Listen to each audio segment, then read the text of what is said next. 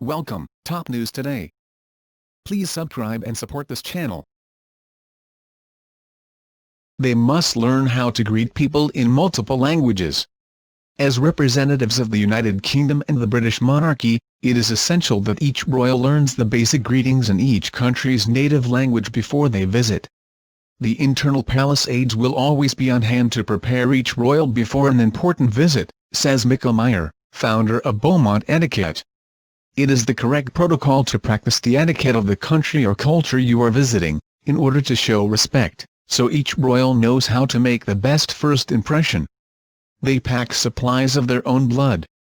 A personal blood bag doesn't usually make your packing checklist for trips, but for the royals anything is possible. According to The Telegraph, the Queen and her son Prince Charles always bring their own personal bags of blood with them to countries where the blood supply is questionable. But in order to do a blood transfusion, you need to have a doctor on hand, which is why a Royal Navy doctor accompanies every royal on his or her trip for emergencies. They take extremely short trips. From a commoner's point of view. The royals have a pretty cool job that lets them fly to countries all across the globe from Australia to Sweden. But the reality is that they don't get to sightsee as much as you'd think. If anything, these fun getaways are nothing more than your average business trip. Touring the world, meeting heads of state and being shown cultural treasures sounds like a wonderful life, Gordon Rayner, a royal tour veteran reporter, told The Telegraph. Yet I have no envy for the royal family. Their visits to world-famous sites rarely last more than 40 minutes. They BYOB, bring your own booze. Instead of starting a bar tab, Prince Charles and his wife Camilla Parker Bowles usually bring their own secret stash of booze for trips, gin and tonic for him and red wine for her. They sometimes take their own alcohol so there's no danger of their drinks being spiked, Rayner told The Express. Their police bodyguard will discreetly carry a bag of their drinks. Besides the royal family's drinking habits, here are 13 foods Queen Elizabeth eats every day. They always pack a black outfit. No, the royals don't pack a black outfit for a black tie affair. It's actually a precautionary measure for in case a loved one dies while they're abroad. This royal protocol is to ensure that the royal family members are appropriately dressed in the traditional mourning attire when they return to the United Kingdom. In 1952, Queen Elizabeth II was touring Kenya with Prince Philip when she got word that her father, King George Virgin Islands US, died. Unfortunately, she made a big mistake, neglecting to pack a black dress. Upon her return to the motherland, she couldn't leave the plane until a member of her staff had properly delivered a black dress for her to wear off the flight. The Queen never leaves home without her jet lag remedy in hand. As the United Kingdom's longest reigning monarch, let's just say that Queen Elizabeth II doesn't exactly bounce back from jet lag at 91 as well as she did in her youth. Before every trip, the Queen always stocks up on barley sugar to quell her exhaustion and fatigue from jet-setting to different time zones. What the Queen is doing by having barley sugar is essentially using her body's sugar metabolic pathways to help adjust her body clock, Nick Knight, Ph.D., a specialist in lifestyle medicine, told The Telegraph. If barley sugar doesn't appeal to your taste buds, Knight says you can resynchronize your body clock by keeping your eating and sleeping habits in line with your new destination's time zone, both en route and on arrival. No two royal heirs can ever travel together. Although it's not official royal protocol, it's technically standard royal practice for the heirs to the throne to travel separately just in case of a fatal accident to preserve royal lineage. Of course, Prince William and Kate Middleton have broken that rule numerous times as they disembark the same plane with their wee ones Prince George and Princess Charlotte in hand. While there is no official rule on this, it is something that the Queen has the final say on, a royal spokesman once said. According to The Sun, in recent years, the Queen has become much more lenient in regards to this rule because the tradition started in the earlier days of air travel when it was much riskier to fly. They need to go through immigration just like the rest of us.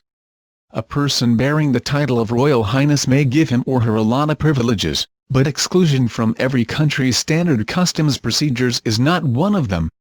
Every royal member is even required to have a passport, that is, except for Queen Elizabeth II. She gets to bypass this stipulation because the United Kingdom passports are issued in her name, according to the royals' official website. Despite her special treatment, she still has to go through an identity check when she's flying in and out of the UK, even if her name and face is plastered all over the country. They colour-code their luggage. The royal aides keep the British monarchy organised in their travels using a colour-coded luggage tag system. The Queen often gets a big yellow tag labelled the Queen, and Kate Middleton will even get yellow sometimes. Prince William and Prince Charles typically don red on their luggage, Princess Anne has green, and Prince George gets blue, according to the Express. They have a huge travel budget. The royal family spent $5.8 million in travel fees alone in 2017, according to Hello magazine. You could buy a home that looks like an English manor in Atlanta, Georgia for that price. In fact, a single trip for the royals can cost up to 6 figures. Prince Charles wins the award for most expensive royal family trip when he visited Italy, Romania, and Austria in 2016, a trip that totaled just under $200,000. But most of the royal expenditures go towards flights on the Queen's helicopter or aircraft charters for overseas visits, according to this book. They travel with an entourage. Most people fly solo or with friends and family, but the British royals must bring their full-blown entourage with them everywhere they go. Think press officers, secretaries, hairdressers, bodyguards, valets, professional stylists, and royal nannies. In fact, the Queen's royal entourage typically includes a whopping 34 people, while Prince William and Kate Middleton travel a bit more modestly with only about a dozen royal staff members, according to The Telegraph. Duplicates of every outfit are a must. The Queen's personal assistant and curator of the royal wardrobe, Angela Kelly, always packs a duplicate outfit for the Queen's trips, according to the Daily Mail. For those of us who have to pay more money to check in an additional bag at the airport, packing duplicate outfits seems a bit excessive. But when you're the Queen of England, it's essential to be prepared for fashion emergencies such as accidental spills or stains, because no one wants to greet the Prime Minister of Canada with a huge spaghetti stain on their blazer. They fly commercial. The royal family flies commercial just like the rest of us sometimes, and here is what you should do if you ever meet a royal. Prince Harry, Prince William, and Kate Middleton have been known to travel on commercial flights like British Airways, their most preferred airline, Ryanair, and American Airlines. But don't get your hopes up about spotting the Queen on your next flight. She no longer takes scheduled flights. And her husband, Prince Philip, isn't a fan of flying economy.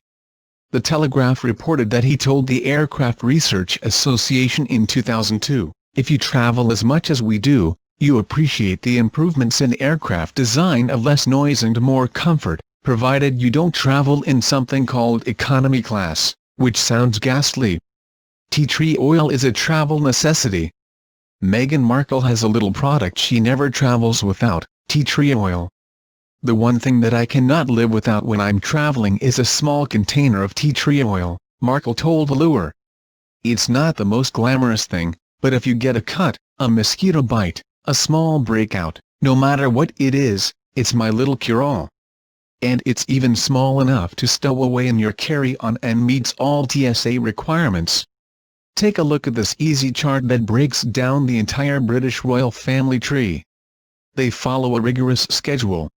There's no room for spontaneity for the royals when every minute of their day is planned down to the second. Their aides carry around a spiral-bound notebook filled with detailed itineraries to stay informed of the day's events, according to The Telegraph.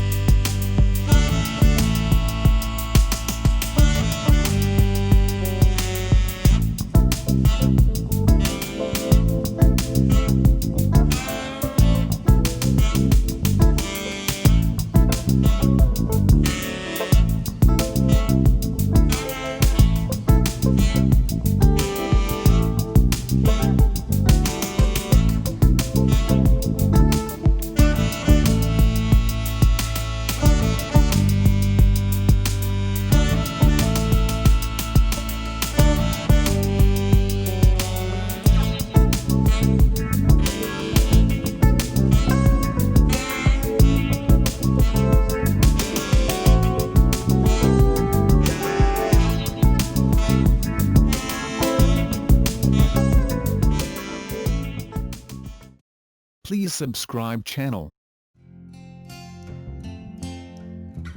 Thank you for watching.